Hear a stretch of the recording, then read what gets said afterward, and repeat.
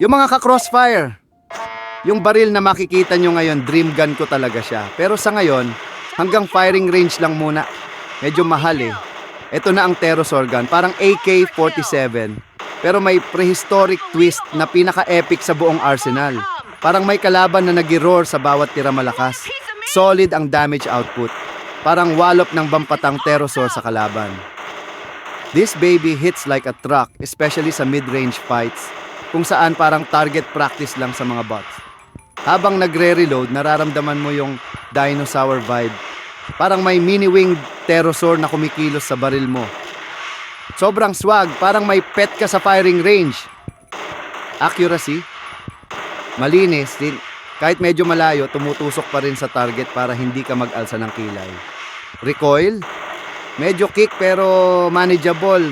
Control lang, parang pinapasyal mo yung dinosaur sa park. Aminin natin, ang reload animations kasi parang may buhay. May mini dinomotion. Naaamoy mo na agad ang swag sa bawat click. At syempre, ang malaking magazine capacity ay bagay para sa mga gusto ng long burst. Hindi mo kailangang mag-reload palagi para tuloy-tuloy ang saya. Kung meron ka na nito sa inventory, astig ka bro. Kung wala pa, ipon-ipon muna tayo. Mga ka-crossfire, comment kayo kung dream gun din to ninyo. Like, share, at mag-subscribe para sa next gun test. Kita-kits sa ranked battles.